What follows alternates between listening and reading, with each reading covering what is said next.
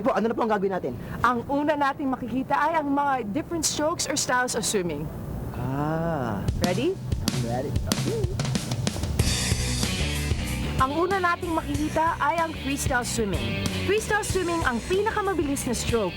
Una itong nakita sa recorded competition noong 1844 gamit ng mga Native American Indians.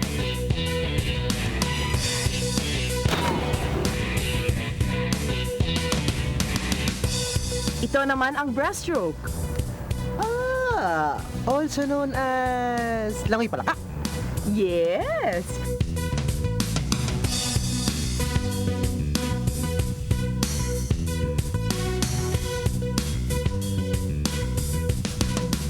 Ang backstroke na pinaka-relax sa lahat ng swimming styles.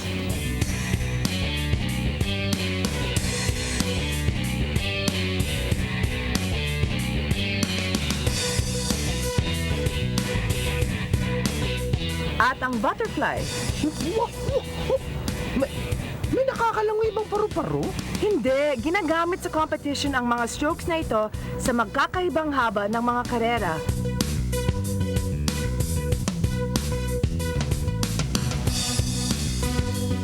At meron ding medley. Wait, medley? Ang galing kumakanta rin sila. So swimmers na, singers pa? Hindi, sa swimming medley, ginagamit ang lahat ng styles sa isang laro. Una ang butterfly. Susunod ang backstroke.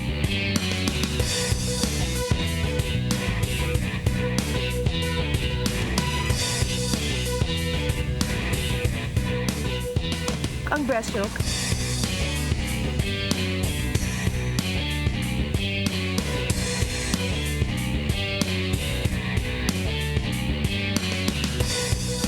At ang freestyle.